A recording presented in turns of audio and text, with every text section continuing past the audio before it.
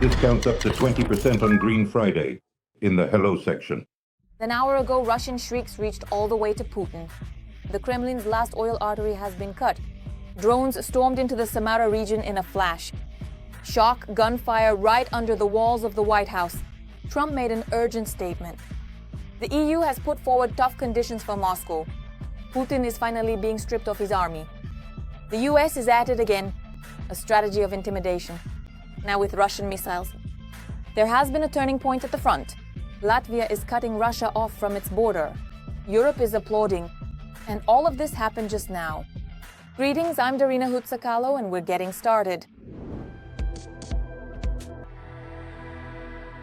Last night, Russians watched fireworks over Novokuybishevsk. Drones paid a visit to the oil refinery.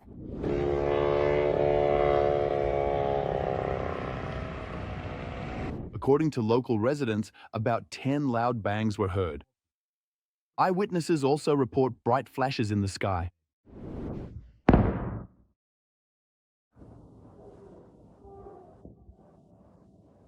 The Russian Ministry of Defense claimed they intercepted literally a swarm of drones. 118 drones broke into even the most remote regions of Russia. Meanwhile, in the Belgorod region, Russians are crying out about a missile strike.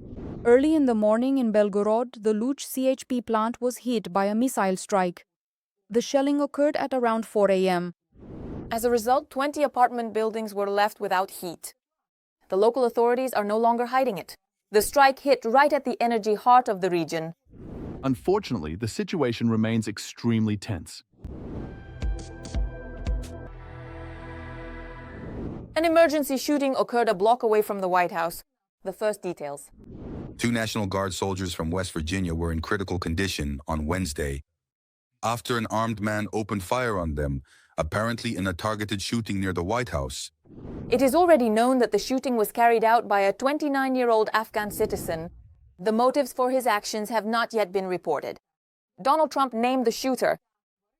According to the American president, the attacker will pay a very high price for his actions.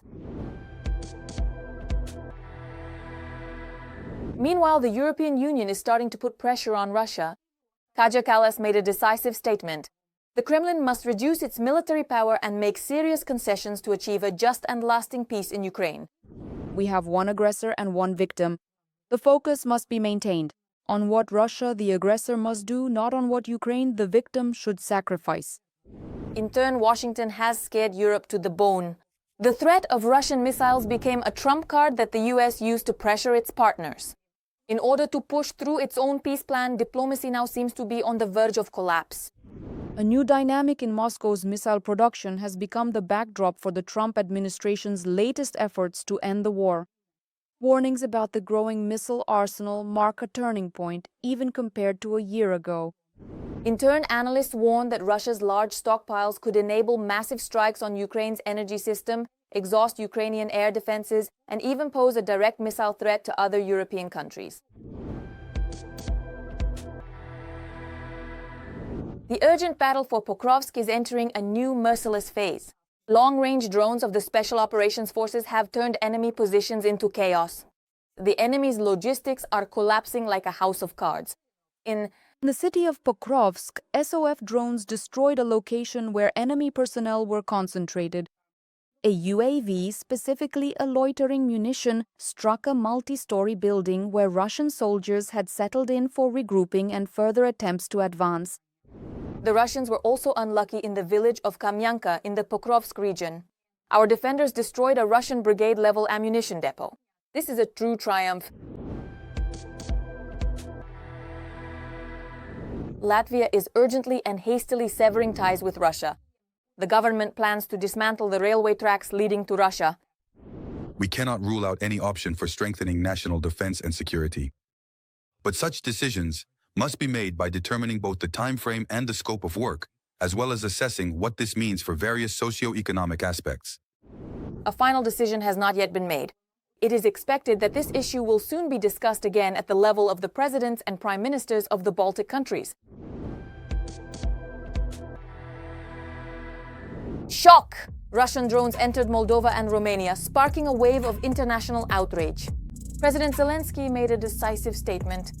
Meanwhile, the tension on the front line is at its peak. Ukrainian forces are holding the defense so firmly that the enemy cannot advance even a meter. In the Kupiansk direction, the occupiers once again ran into a wall, and in Zaporizhzhia, the armed forces of Ukraine are holding their positions with all their might. Stay tuned for the first hot details about this and more coming up next. One of the longest and most massive attacks since the start of the full-scale war. That's how the head of the Krasnodar region, Veniamin Kondratyev, described the overnight attack on his region. Drones also visited the Russian city of Taganrog in the Rostov region. An aircraft manufacturing plant was attacked there. The Ukrainian General Staff confirmed the destruction of a Russian experimental A-60 aircraft as well as a drone manufacturing facility.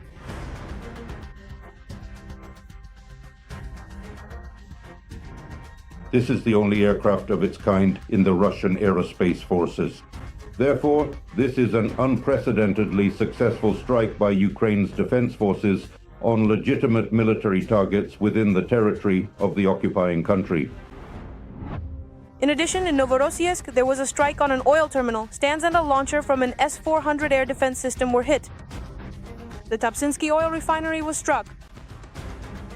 I will remind you of the tactical and technical characteristics of the bars. It's about 700 kilometers. The warhead's target engagement range is from 50 to 100 kilograms.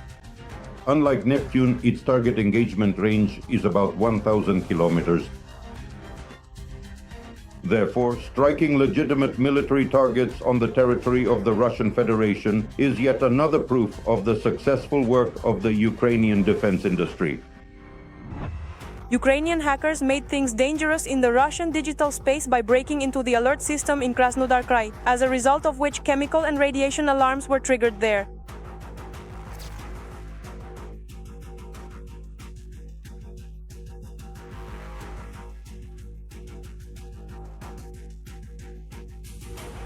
Instead of defending their own regions, the Russian army was firing at Ukrainians. A video has appeared online showing at least 8 caliber missiles being launched from Novorossiysk towards Ukraine.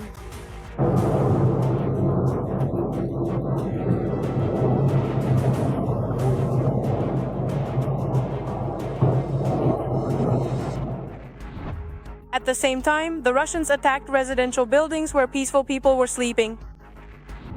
The president of Ukraine stated that the enemy attacked several regions of our country, but the epicenter was Kiev. According to him, the occupiers have sent more than 460 drones to Ukraine. 4 of them entered Moldova and Romania.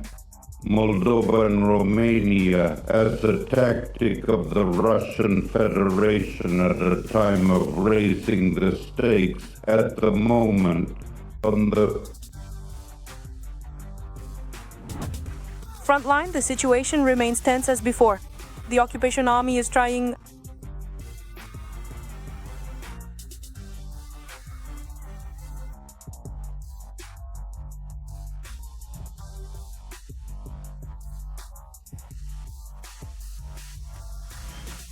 Pokrovsk. The school square, the cathedral squares, and the Zhytomyr station are all notable locations. In addition, the Ukrainian defense forces have significantly expanded the area of responsibility, both within Pokrovskaya itself and accordingly in the surrounding regions. Do not allow the occupiers to break through the Ukrainian defense, the defenders of the Kupiansk direction. Here, the Russians are trying to break through with small assault groups. However, they are instantly stopped by the armed forces of Ukraine. Our defenders are employing active defense tactics in the Zaporizhzhia direction and seize every opportunity to launch counterattacks.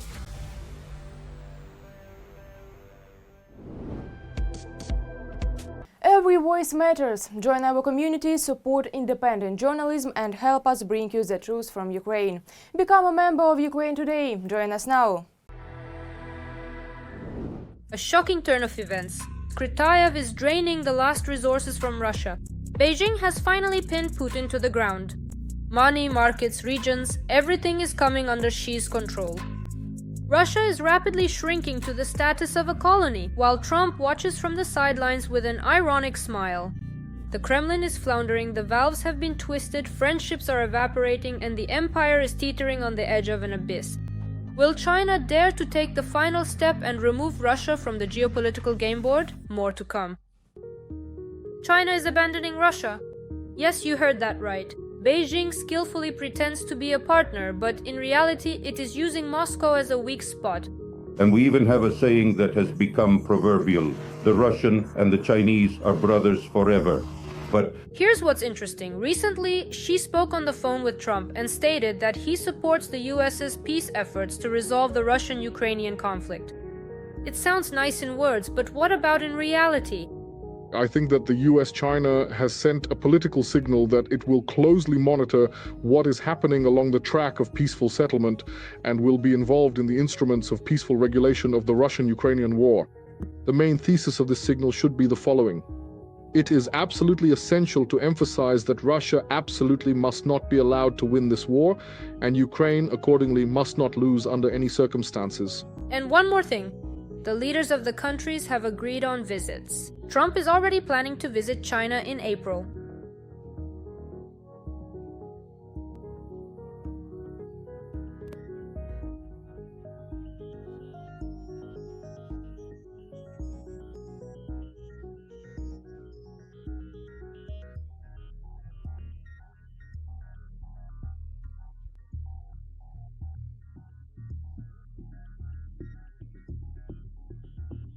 And what exactly is China doing wrong in relation to Russia? It would seem that everything is fine. But it's all because China is making very good money off Russia. The prices of export goods supplied to the country have increased on average by 87%. Fellow travelers, Russia and China are in fact fellow travelers, meaning that they share similar interests and often cooperate on various international matters. A weak Russia is beneficial to China. A weak Putin is beneficial to China. It's advantageous for China to buy cheaply, and it's advantageous for China to then sell goods to the Russian Federation at a very high price. Russia basically has no other way out anymore. But it's not just about goods. China is gradually entering Russian regions, gaining access to territories and resources. You know, there are already examples in the Far East where small settlements have become predominantly Chinese, and now they even participate in municipal elections there. Russia, in turn, is becoming increasingly dependent on China. And doesn't this kind of relationship suit Putin? Of course not. Of course it doesn't suit him. Well, because Putin has phantom pains from the Soviet Union, he basically, throughout his entire presidency, he has tried to restore some kind of former greatness, let's call it gathering Russian lands. But in reality, he is simply leading the Russian Federation to collapse, to complete, absolute collapse, to financial bankruptcy.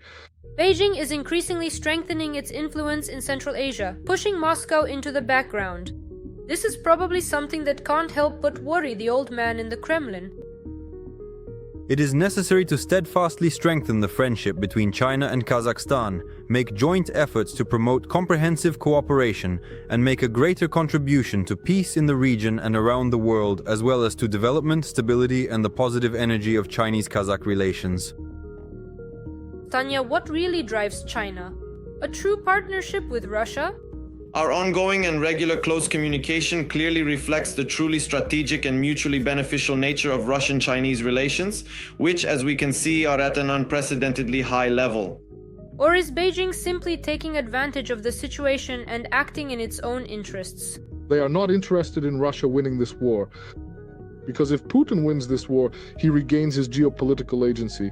He starts talking to all the players, for example, with Tehran, being considered on the same level as the United States and China in terms of international influence and global power is absolutely not in China's strategic interest, as China prefers to maintain a unique position that distinguishes it from other major powers. Yes, this position is biased. China talks about friendship, but only acts when it benefits them. They profit from Russia, strengthen their own influence, and at the same time build relations with the US. And Moscow is becoming increasingly dependent on Beijing's decisions.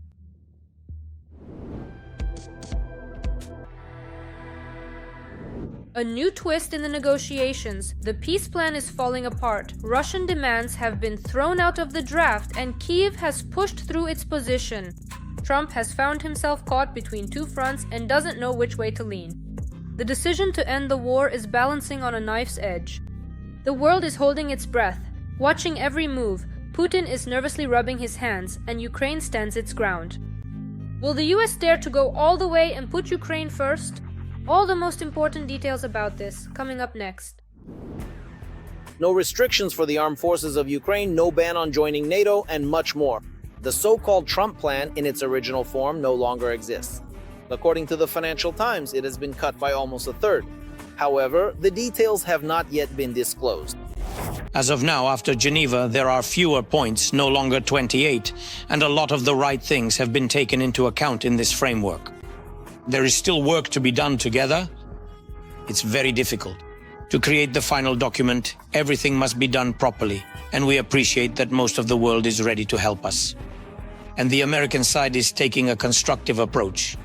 Sources familiar with the course of the negotiations report that the parties have agreed to continue discussing only issues related to bilateral relations between Ukraine and the United States.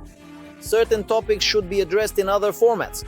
After all, the initial draft of the document contained nuances that do not depend on Ukraine at all. Now, by presenting a united front, Europe and Ukraine have decided to discuss their respective issues with the United States separately, while still taking each other's interests into account. This connection not only allows us to act together, but it also shows that our shared interests essentially create a strong foundation for acting together. At the same time, to prevent any leaks after the meeting, no copies of the new peace agreement were handed out, reported Ukraine's first Deputy Foreign Minister Serhiy Kazlytsya. Copies of the document agreed upon in Geneva were taken from everyone except the heads of the delegations. However, some details still managed to leak to the press as rumors. For example, a clear refusal to reduce the number of Ukrainian armed forces and dictation to Moscow. Our European partners made it very clear that Ukraine's sovereignty is not up for discussion at all. And any restrictions on the army, on Ukraine's ability to join this or that union, also have no right to be discussed.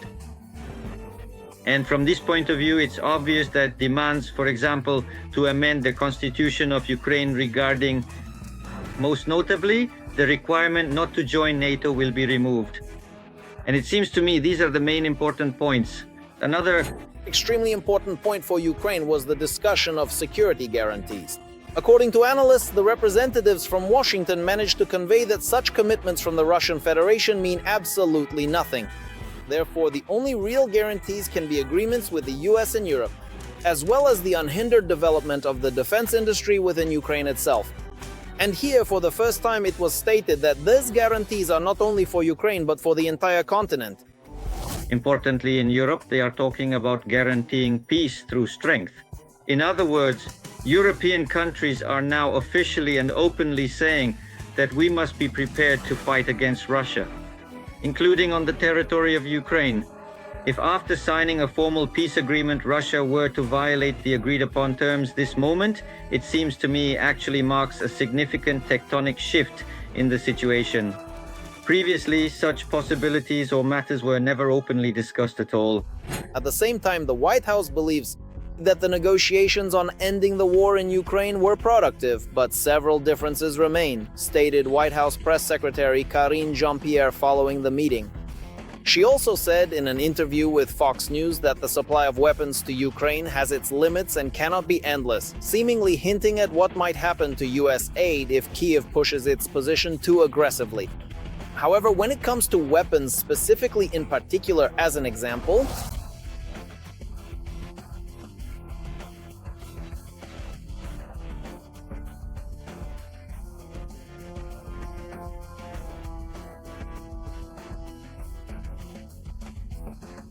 there are agreements not only with Ukraine, but also with Europe. And losing billion-dollar contracts and paying penalties for breaking them is clearly not what Donald Trump is counting on. Meanwhile, the American delegation is already in Abu Dhabi, where meetings with the Russian side will take place over several days. Russia will be presented with a peace plan that was agreed upon on Sunday between the US and Ukraine. According to experts, considering that Moscow previously stated that they hadn't seen anything and needed to look into the matter, this time the Kremlin is also not particularly inclined toward constructive dialogue. But this gives the Russian Federation an opportunity to build a system in which they won't even, so to speak, engage with or consider this plan. In doing so, they are trying to keep the initiative on their side and avoid getting involved in these negotiations. Because getting involved would mean playing by someone else's rules, by the rules of Kiev, Europe, and Washington. Moscow, once again, does not want to be in a position where it is predictable and perceived, above all by the United States, as the main obstacle to achieving peace. However, as analysts say, and no one really expects that Putin will agree to terms acceptable to Europe without pressure. And this pressure must primarily come from Washington. Therefore, the main task is to convince the United States that the peace plan should be exactly this way. Judging by the fact that the negotiations did not drag on for too long and ended with a friendly dinner, these are clear signals and signs that everything went well. More than positive, better than good. And we know that Steve Witkoff has quite a difficult character, a man who is extremely wealthy and extremely capricious in his own way. He would never have agreed, even just for the sake of politeness, to simply have dinner and waste his time if he didn't believe that the results of these negotiations satisfied him. Meanwhile, in order to ensure that Trump himself would not deviate from the peace settlement course agreed upon at the meeting, the following people flew to Washington. The closest friends of the American leader in European politics, President of Finland Alexander Stubb and Italian Prime Minister Giorgia Meloni, who have already demonstrated more than once that they know how to find common ground with Donald Trump.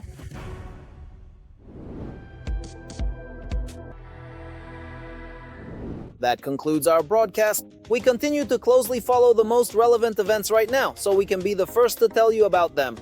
Don't forget to subscribe. See you soon.